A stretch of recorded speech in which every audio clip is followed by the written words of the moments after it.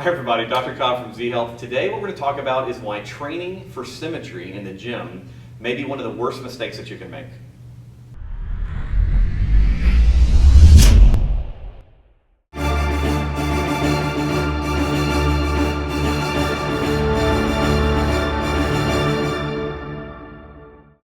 One of the biggest things that we are trying to bring into the health and fitness industry is an extreme focus on the neuroscience of movement and the neuroscience of training. And one of the things that we see constantly in gym settings around the world is that people are convinced that they need to always be working symmetrically. Meaning if I do 10 repetitions of exercise on my right side, I should do 10 repetitions on my left side. And a lot of people love barbells and other things that force their body to move bilaterally all the time. Now, we love all forms of exercise, so don't hear me saying that I don't like barbells and I don't like squats or any of that stuff, because I do. But what I need you to understand is that depending on your relative level of health, and very importantly, your relative level of asymmetry coming into training, focusing on symmetry can actually cause more problems than good. And so what we want to talk about today is a little bit of the neurology behind that and show you where things can go badly wrong for people. And then we're going to show you a couple quick tests that you can perform on your own to figure out, hey, do I need to take a big step back and figure out, should I be training more one side of my body as opposed to both, at least for a few weeks to a month, to bring symmetry back into the picture, okay? That's why I wanted to go over this, because I see so many people continually hurting themselves by focusing on symmetry all the time. So let's go over some neurology. If you put your left hand out in front of you and you just open and close, make a fist, I want to talk through the neural pathways that are happening here, okay? When I move my left hand, that information is going to travel up the nerves of my left arm. It's going to go to my spinal cord. It's then going to ascend to what's called the cerebellum, which is the little brain at the back of the big brain on the left side. Now, when the left side cerebellum gets nice and happy and active, it activates the opposite side of the cortex, okay? So when I move my left hand, that's eventually going to cause the right side of my brain to become active. Now, why that is so important is, first of all, from a pain control perspective. Whenever I move my left hand and I activate the right side of my brain, the right side of my brain has an outflow, okay, through my brainstem that goes down the right side of my body. And whenever the right side of my brain sends signals to my right brainstem and to the right side of my body, one of its primary jobs is to keep pain from occurring. So it does pain inhibition. The second major thing it does is it controls muscle tone on this side. Now, why this is kind of important to recognize is, let's say I have a right shoulder problem, right? I have pain in my right shoulder. Well, pain in my right shoulder usually comes about, well, there's a lot of different reasons, but let's say it's because I have had lousy muscle tone, and as a result of bad muscle tone, the rhythm of the movement, the way the joints are supposed to function together is off, and so something's getting pinched as I raise my arm up, okay? Or I'm doing one of these things. We'll talk about it you'll hear it called impingement. So let's say that I have impingement issues on the right side. In most cases, you go to a well-meaning therapist or doctor or trainer or whoever, and we say, hey, let's exercise. Which side? Oh, the injured side. Let's do a lot of work on that side. We'll work on your external rotators, we'll stretch it, we'll mobilize it. But I want you to go back to thinking about what I said. If I'm constantly exercising my right side that's painful, when I move it, the flow path of nerves is from my right shoulder to my right cerebellum to my left cortex, which should improve pain where? On the left side of my body. So this is very complicated. I'm making it overly simplistic, but what we see constantly is people going into a gym, they go, oh, I have problems over here. I need to make sure that I really exercise that side to keep it strong and healthy. That's true, but you need to add the word eventually to it. Because what we may need to do is improve neural output to that side by focusing on the opposite side of the body, and now all of a sudden really cool stuff starts to happen. So that's kind of the basics of the neurology behind this. As I said, it's kind of complex. We have a lot of information available to you about it in a lot of our courses. But what I want to do right now is take one step back and just say, let's make it practical. Let's see how your body responds to loading one side and then the other, and then you can choose for yourself what you want to do in the gym today, all right? So I want you to grab a comfortable working weight of some kind, all right? Because we're going to actually test an overhead press. So you need to grab a dumbbell or a kettlebell as long as you're not in pain, and we're going to do a little evaluation. So put the weight down in front of you, and what I want you to do is, first of all, a movement assessment.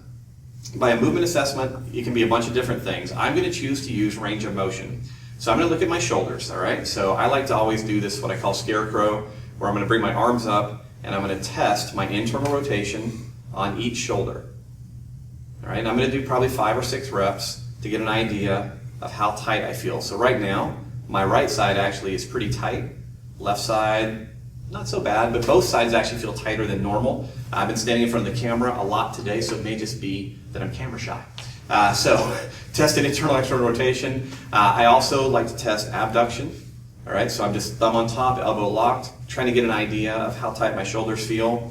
Again, they both feel a little tight at the top. I was doing a lot of shoulder exercise yesterday, so they're already, a little bit tight from that. Another possible thing I could do is full body rotations. All right, just getting an idea of how comfortably I can rotate and how far I can rotate. So I want you to choose a few range of motion exercises and test them. I want you to be very consistent, notice and mark how far you can move. Now what we're going to do is we're going to actually take the implement that you've chosen, we're going to do 3 repetitions of an exercise on one side, and then we're going to retest your ranges of motion.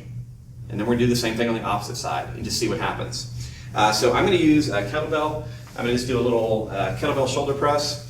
And it should be a lightweight for you, so something that would be like a warm-up weight. So I've got something nice and light here. I'm just going to rack the bell. I'm going to go through, and I'm just going to do 2 repetitions of the exercise. I'm going to set the bell back down, relax, go back to my scarecrow position, and see what kind of range of motion change I get. That actually was pretty good. So I'm rotating further, my shoulder is moving better, and I feel looser. Okay, so in my case, we know that left-sided work was pretty good. You need to test that for yourself. So now what we're going to do, I'm going to test right-sided work. So again, I'm going to rack the bell, nice and tall. And remember, I'm just doing 1 or 2 reps here. This gives me the opportunity to not tire myself out in the testing process. So again, give it 10 seconds or so, come back up, reassess, and there we have it. That's actually quite tight, all right? And I'm gonna rotate again. Okay, everything's a little bit tighter working that right side today. Now, why this is so important to me, I have been doing neuro-based work for a very long time. I'm an athlete, I do tons of different strength training modalities, I do tons of different sports. Even for someone like me, who spends all their time really focusing on brain-based fitness, things change. There are days where I figure out, I just really need to focus on my left side today. Other times, depending on other stressors, I really need to focus on my right side today. And a lot of times, if I'm healthy, I'm nice and symmetric and I can do both sides. But this is such a key concept, I'm going to recommend that before every training session, take 2 or 3 of the exercises that you are planning to do and test left side versus right side. In most cases, the people that come to us, we figure out that they need from 6 to 8 weeks of primarily unilateral or single side training to create enough symmetry to get benefit, real benefit from bilateral training. And I really want you to write this down and think about it, particularly if you have nagging issues on one side of your body that have not been responsive to more traditional methods.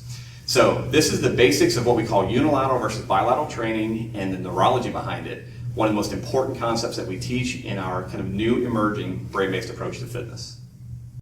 So guys, thanks for sticking with me through that. I know it's a lot of neurology to throw at you in a very short period of time.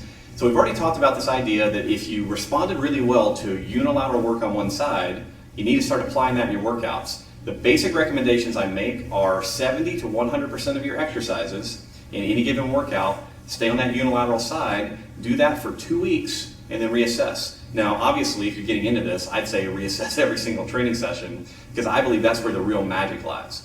Now, if you've gotten interested in this, and this whole idea of brain-based approach to movement and strength training really interests you, because we hear questions about this all the time, we actually shot a product around this. It's a 90-minute, basically, webinar where I go through the neurology behind unilateral versus bilateral training, and we show you a very specific protocol that you can use to go through an entire workout to get an idea of what you or your client's going to respond best to. So if you're interested in that, you can click the link below and check it out. Otherwise, Let us know how this works for you. Love to get your feedback. Thanks.